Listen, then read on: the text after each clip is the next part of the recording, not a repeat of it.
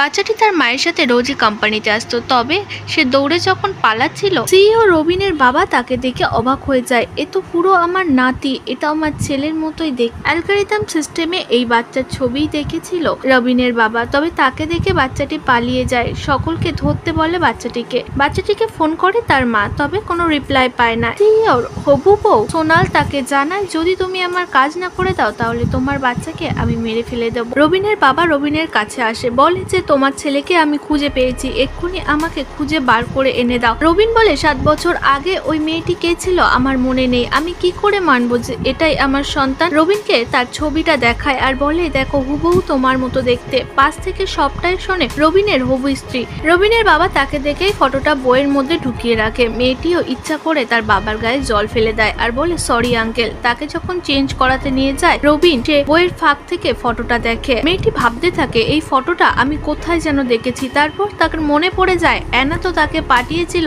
এই ছবিটা। সে অবাক হয়ে যায়, এটা অ্যানার বাচ্চা, তার মানে অ্যানার সাথে 7 বছর আগে রবিন ফিজিক্যালি রিলেশন করে। মনে মনে চিন্তা করে কোনোভাবেই এই সত্যি যেন সামনে না আসে, তারই প্ল্যান খাটাতে থাকে। এদিকে চিপ চুরি করে বাড়ি চলে গেছে ছোট বাচ্চা অ্যানা। বাড়ি গিয়ে খুব বকাবকি করে আর বলে, তোমাকে না বলেছিলাম এক জায়গায় চুপ করে দাঁড়িয়ে থাকতে, তুমি কেন অ্যালগরিদম থেকে চিপ খুলে নিয়েছো।